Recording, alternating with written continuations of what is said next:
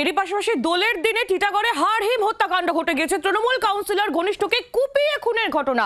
আকাশ চৌধুরী হত্যাকাণ্ডে এবার বিস্ফোরক এক অভিযোগ উঠে আসছে। হাসপাতালে আকাশের চিকিৎসায় বাধা দেওয়ার অভিযোগ। হাসপাতালে ডাক্তারদের উপর চড়াও হয় দুষ্কৃতীরা, হাসপাতালে ভাঙচুর করা হয়। অন্যদিকে এই ঘটনায় এখনো অধরা এক অভিযুক্ত। তল্লাশি ইতিমধ্যেই পুলিশ শুরু করেছে। গতকাল তৃণমূল কাউন্সিলর ঘনিষ্ঠকে কুপিয়ে খুনের ঘটনা ঘটে টিটাগড়ে। আপনারা জানেন, নিহত ওমর ওরফে আকাশ কলেজ ছাত্র, তৃণমূল ছাত্র পরিষদের সদস্য ছিলেন আকাশ, এবং তাকেই কুপিয়ে খুনের ঘটনা ঘটে। আর এখন যে বিস্ফোরক অভিযোগ উঠে আসছে যে হাসপাতালে যখন আকাশকে নিয়ে যাওয়া হয় তখন তার চিকিৎসায় বাধা দেওয়া হয়। ঠিক কি অভিযোগ উঠে আসছে শোনাবো আপনাদের।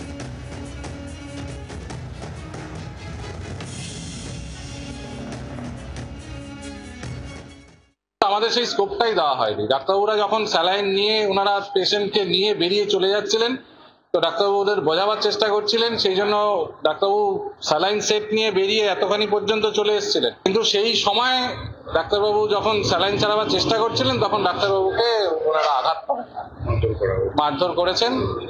আমাদের দুজন গেটম্যান, একজন লিফটম্যান, তাদেরকেও মারধর করা হয়েছে। সরাসরি নজর রাখবো এবার সেদিকেই। আমাদের প্রতিনিধি বরুণ সেনগুপ্ত টিটাগড় থেকে রয়েছেন সরাসরি আমাদের সঙ্গে। বরুণের কাছে চলে যাবো। বরুণ, বিস্ফোরক অভিযোগ, হাসপাতালে নিয়ে গেলে আকাশের চিকিৎসায় বাধা দেওয়া হয়, হাসপাতাল ভাঙচুর করা হয়। দেখো, একেবারেই বিস্ফোরক অভিযোগ। আকাশে তাকে যখন আঘাত করা হয় সেই সময় তিনি যখন মাটিতে পড়ে ছটফট করছিলেন, সেই সময় এলাকার বাসিন্দা এবং প্রতিবেশী, তার যারা প্রতিবেশী রয়েছেন এবং আত্মীয় স্বজন, প্রত্যেকে মিলে কিন্তু সাগর দত্ত হসপিটালে তাকে নিয়ে যান চিকিৎসার জন্য। সেই চিকিৎসার জন্য সাগর দত্ত হসপিটালে প্রায় 150 থেকে 200 মানুষ কিন্তু সেখানে ভিড় জমায়। স্বভাবতই দোলের দিন, ডাক্তারের সংখ্যা কম, ডাক্তাররা কিন্তু তড়িঘড়ি তাকে চিকিৎসা দেওয়ার জন্য, ডাক্তারদের যারা বলছেন তারা চিকিৎসা দেওয়ার জন্য তারা সেখানে উপস্থিত হন। ঠিক সেই সময় কিন্তু এমন একটা গন্ডগোলের পরিস্থিতি তৈরি হয়। সেই সময় কিন্তু ডাক্তাররা রীতিমতো ভয় পেয়ে যান। কিছুক্ষণ পরে ডাক্তাররা ছুটে এসে যখন তাকে স্যালাইন দিতে যান, সেই সময় তার আত্মীয় স্বজন এবং তার পরিজনরা তাকে কিন্তু সেখান থেকে বার করে নিয়ে যায়। এবং যখন তাকে বার করে নিয়ে যাচ্ছিল এবং ডাক্তারবাবু তাকে স্যালাইন দিতে এসছেন, ঠিক সেই সময় কিন্তু ডাক্তারবাবুকে ধরে ব্যাপকভাবে মারধর করা হয়। এবং শুধু ডাক্তারবাবু নয়, লিফটম্যান এবং যারা গেটম্যান ছিল তাদেরও কিন্তু মারধর করা হয়। এখান থেকে আমরা লিফটম্যানের বক্তব্য পেয়েছি। হাসপাতালের লিফটম্যান তিনি কি অভিযোগ করছেন আমরা শুনবো। এমার্জেন্সিতে নিয়ে যাওয়া হয়েছিল, তারপরে আমি ট্রলিটা ধরে নিয়েও গেছিলাম। তারপরে যখন ওরকম হচ্ছিল, পরে আমাকে যখন এমার্জেন্সি ওদিক দিয়ে আসছিল আমাকে ধাক্কা মেরেছে। আমাকে ধাক্কা মেরেছে। সেটা ডাক্তারবাবুকে তো মেরেছে, আমাকে। দোলের দিন টিটাগড়ে হাড়হিম কাণ্ড। রং খেলার নামে ডেকে নিয়ে গিয়ে তৃণমূল কাউন্সিলর ঘনিষ্ঠকে কুপিয়ে খুন। নিহতের গলা পেটে ধারালো অস্ত্রের কোপ মারে অভিযুক্তরা। গ্রেফতার হয়েছে এক অভিযুক্ত। আরেক অভিযুক্তর খোঁজে ইতিমধ্যেই তল্লাশি চালানো হয়েছে পুলিশের তরফ থেকে। পুরনো শত্রুতার জেরে এই খুন বলে এখনো পর্যন্ত অনুমান করছে পুলিশ। দেখুন, দুজন ধরেছিল আজ পবন রাজবার আছে, ও দেখছি একটা ছোট ছুরি, মুরগি কাটা ছুরি আছে, ওই ছুরি নিয়ে ওকে মারছিল। আকাশ দেখছি পড়ে গেছে, তারপরে আমি আকাশে ধাক্কা ফাঁকা দিয়ে ওকে পাঠালাম।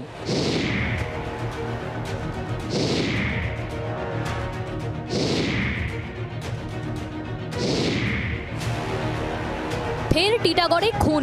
দোলের দিন রং খেলার নামে ডেকে নিয়ে গিয়ে তৃণমূল কাউন্সিলর ঘনিষ্ঠকে কুপিয়ে খুন করল 3 দুষ্কৃতী। নিহত অমর চৌধুরী ওরফে আকাশ ব্যারাকপুরের মহাদেবানন্দ কলেজের 3য় বর্ষের ছাত্র ছিলেন। তৃণমূল ছাত্র পরিষদের সদস্য ছিলেন অমর।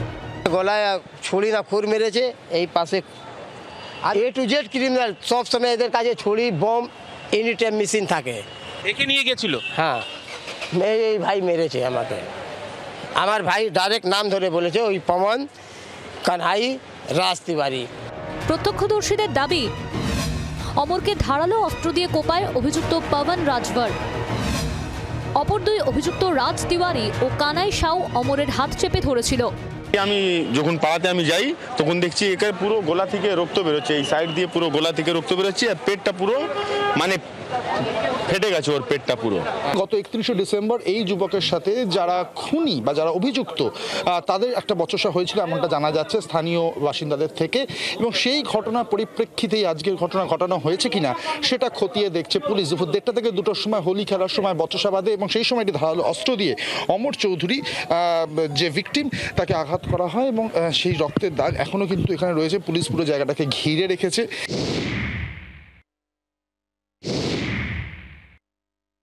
মূল মাথা হচ্ছে সাংসদ পার্থ ভৌমিক, নিচে দুটো গোষ্ঠী, একটা রাজ চক্রবর্তী বিধায়কের গোষ্ঠী, একটা সোমনাথ শ্যামের গোষ্ঠী।